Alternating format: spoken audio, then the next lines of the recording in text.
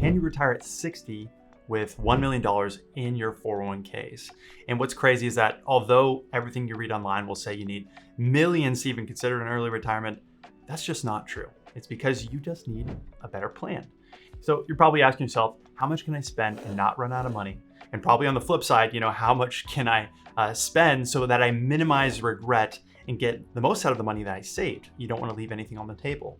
You're also thinking about Social Security. What about taxes? These are all the right questions that you should be thinking about as you're starting to put together your own retirement picture. So what I'm going to do in this video is walk through a case study of a couple with $1 million in their 401ks combined.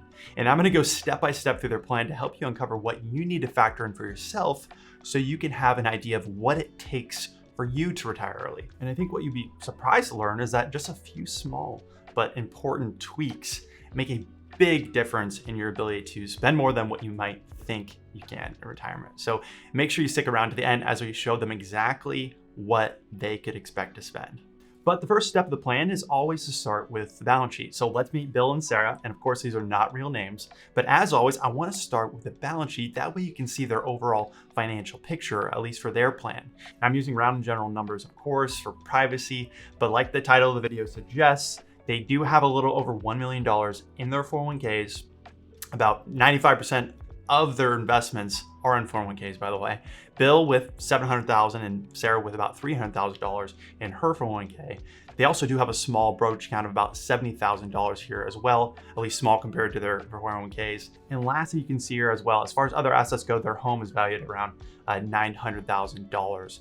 And the only debt they do have is a mortgage of a little over $100,000. So this tells me I need to start thinking about how much I can generate in income from them if that's one of their largest assets, if their 401k is their largest asset. And by starting here, it'll help you understand what you need to be thinking about as you're going throughout the rest of the video. But the end goal when it comes to retirement is how much income can you safely create and how much do you need? But it doesn't matter how much you have if it's not going to cover your expenses, which we're going to get to in a second. But next we need to figure out what other income sources outside of the portfolio will be part of their plan. Because the only way we can really work out if 1 million is enough is to factor in those other sources. So to just build in on what we're already factored in here, for them, they do have Social Security. We can expect for Bill's future Social Security benefit is going to be around $3,200 per month, and Sarah's around $2,800 per month. And we're both going to assume that they're going to take their benefits at full retirement age. Now, I'm going to let you on a little secret. For most of you, the break even for Social Security, if you take it early versus delay it, is about age 80. So for them, they made the choice to delay it for that reason. I'm going to actually show you a little bit more why they did that later on. But if that's you, here's the best piece of advice I've ever heard on, the idea of when to claim it. And it's in order to maximize your lifetime benefits, delay taking Social Security, obviously, as long as possible, unless taking it sooner will significantly enhance how much you'll be able to enjoy your retirement. And at the end of the day, I can show you all the numbers, but if you feel like you're gonna better enjoy your retirement, then sure, why not take it early? But if you wanna maximize your benefits and you do have the portfolio to support it, why not delay it? So while you think about that, we're gonna talk about the next step of the plan. And here we're gonna build up a list of expenses that you have so that we can understand what you need in income to retire confidently. If you don't know your expenses right now, not a problem. I've actually included a spreadsheet in the show notes to help you through that. But for this couple, we broke things down into their core living expenses, what they need to really be able to retire comfortably, as well as the variable expenses. Now, what's the difference? Well, the difference is that the core expenses are just what you spend on average each month to maintain your lifestyle, right? If things kind of go the same, where your variable expenses are things that are going to change or go away, like goals and your mortgage and retirement. For them, they would want to spend about $5,000 per month to cover their core living expenses. And on top of that, we also factor in those other variable expenses that will ultimately change or go away in retirement. For example, like I mentioned, their mortgage, as well as some health insurance that's going to be a little bit costly before Medicare starts and after their COBRA expires through work. And that combined cost will be about $2,000 for them, the variable expense. And we're going to talk about how some of their goals, their bigger life goals, and how those costs might factor into their plan. So make sure you stick around for that. But if we factor in those two additional variable costs, their total expense need is around $7,000 per month on average to cover those initial years of retirement and before they reach Medicare age. So their expenses are going to clearly be a little bit more at the beginning of retirement. And we went through the details of their balance sheet, went into their Social Security, other income sources. Now let's put it all together. And we're going to investigate if they will be successful if they retire early, given the financials that we just went through. Firstly, if we look at some cash flow projections visually of what their plan looks like, straight away something is starting to jump out at me here. Each one of these blue bars is a year of their lives, and each bar also represents their total investment portfolio over time. So at the end of the year, they're going to be 61 years old, and we're going to start drawing down the portfolio, obviously, to cover their core living expenses and variable expenses. You can see their investable assets around $1.1 million if we also include their cash. And you can start to see the trajectory of their portfolio is going down. So let's look under the hood and see why that is. For the rest of the year, we're gonna have to withdraw around $67,000 from the portfolio. And next year, guess what? COBRA is gonna expire. So you can now have that additional insurance costs of the health premiums. You can see we're now at $90,000 here, and it continues to go up until they do get to Medicare. So if we go back to the chart here, we're going to see that the reason why there's this downward slope is because we're going to have to more heavily rely on the portfolio here. But you can see it starts to pick up again there, and now the upward slope starts. And if we can go back to the cash flows, some of you probably picked this up earlier, but once Medicare starts and once Social Security kicks in, that's going to cover a significant amount of their core living expenses, where now the portfolio is more there to supplement their income for some of the fun things like travel. So this is why you want to make sure you're really strategic about when you claim your benefits. Because yes, maybe if you did take failure, you might feel like you're going to not leave money on the table, but you can see, at least for their situation, by delaying it, they're able to lock in a higher benefit for the rest of their lives. And now they're far less reliant on markets and fluctuations on their portfolio later on when they're older. So now that we can cover their core living expenses, the mortgage, and also health insurance pretty comfortably here, and we see that this chart is pretty healthy throughout their lifetime, let's go ahead and take this one step further to really make sure that they're going to get the most out of their life, of their money. And I don't want you to be in a position where, yeah, you can run these projections, things look great, but you're having regret down the line because you weren't able to spend what you really could. I want to help you have a plan that will give you the greatest retirement you can imagine. And I want to give you the confidence that, yes, go on that trip to support your family. You're going to be just fine.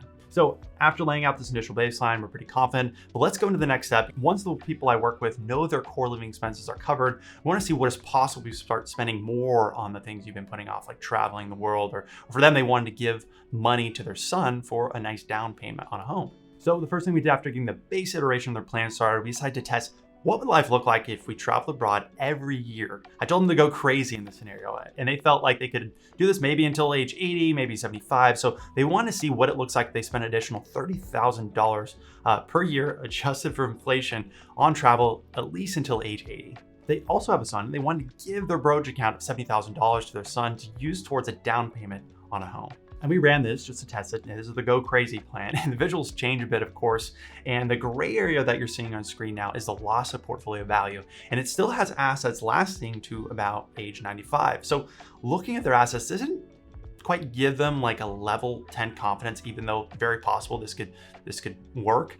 They still have their Social Security, of course, and the home. Obviously, they sell the home to rely on if things took a bad turn. But they were dead set on gifting that down payment and wanted to test a little bit more of a middle of the road amount on travel. So we said, what would their plan look like if we wanted to spend an additional $20,000 per year on travel? And they pray that they can travel that much at 80, but agreed upon 75 at least from this perspective. So I will switch this over, and we can see their plan definitely looks a little bit better after adjusting for travel. At this point, they were projected to have around $400,000 left at the end of retirement at age 95. And they're also okay with using their home equity as a last resort, again, to pay for those expenses if needed. And this is a process we use for accumulation for clients, as well as just getting a baseline of what someone can look like, especially great for someone who's 10 years out or more from retirement. So this analysis really helped us see a lot of how things potentially go if they went as is. They just get the overall trend of the retirement. And this is the process we use to just get a baseline, get a trend of what retirement might look like.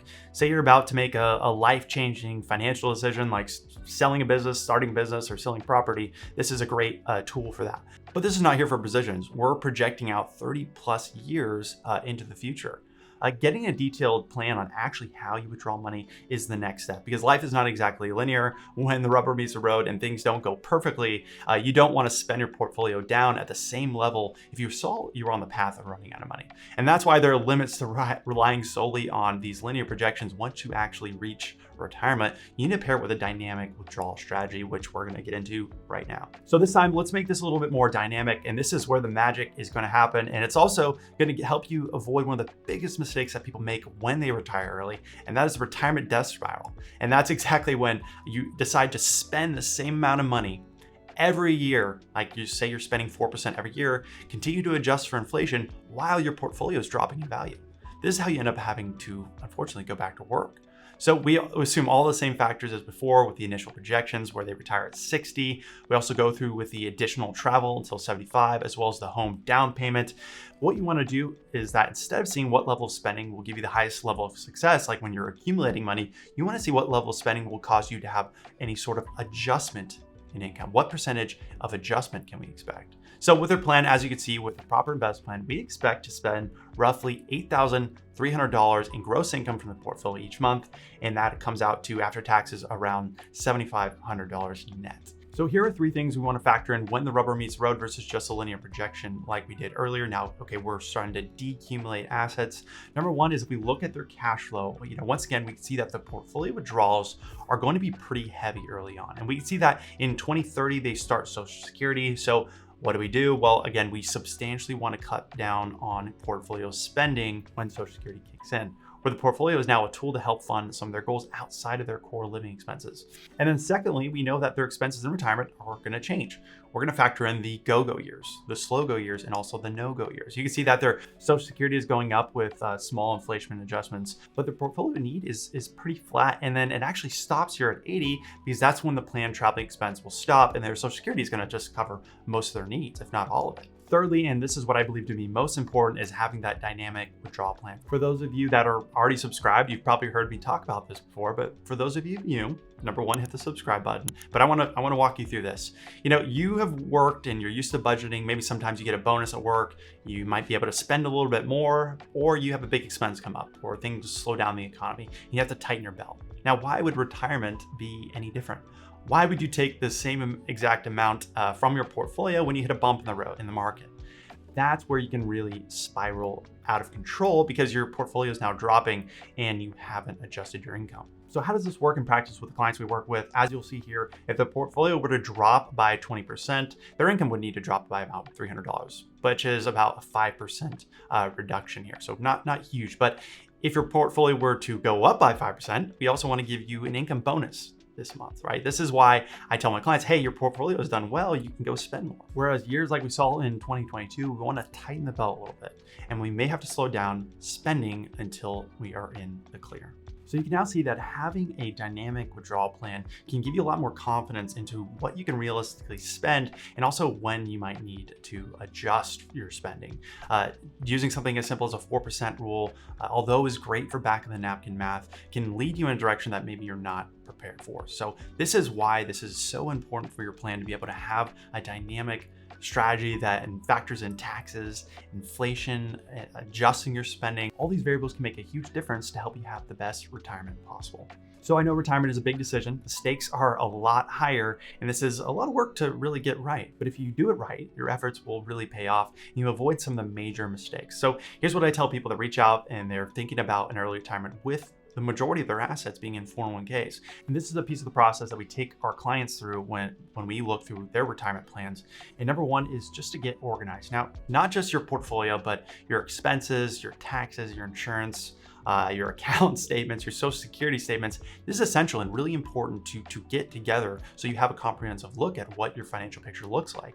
Number 2, we want to have a dynamic withdrawal strategy. Now, we invest a lot of money into the systems and technology for creating retirement income for people, and this is why people hire us. But if you are doing your own retirement planning, at least create a plan where you are willing to be flexible and able to cut back on spending during a bear market so you reduce the risk of running out of money. And then number 3, you need to have a rock solid investment plan in place. When I'm building out a portfolio for early retirement, I want to make sure you have enough income set aside in a safer bucket. So when, not if, markets have a correction during your 30, 40 plus year retirement, you don't have to worry about it. And what we know is that market corrections happen about every 4 to 5 years, and they last on average about every 15 months or so. That's the average. What happens if you decide to retire early and a tech bubble or a 2008 type recession occurs?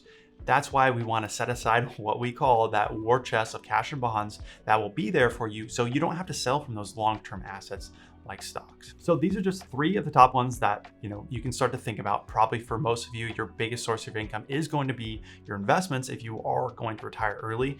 And the stakes are a lot higher when you invest for time because you really don't want to have to go back to work. So you should definitely watch this video next, where I share a case study of a $3 million investment portfolio and actually walk you through the steps of constructing a portfolio for an early retirement, because understanding how you optimize your asset allocation is critical, especially if you want to consistently generate income for the next 40 to 50 years of retirement. And you should know that the steps that I will share in that video apply to you whether you have $500,000, $1 million, or even $10 million. The principles will still apply. Once again, this is Matt Calcagno. I'm a certified financial planner and advisor over here at One Degree Advisors. If you'd like to talk to me or someone on my team about putting together a custom early retirement plan for you, you can click the link in the description. We'd be happy to talk with you. And thanks for watching, and I'll catch you guys on the next one.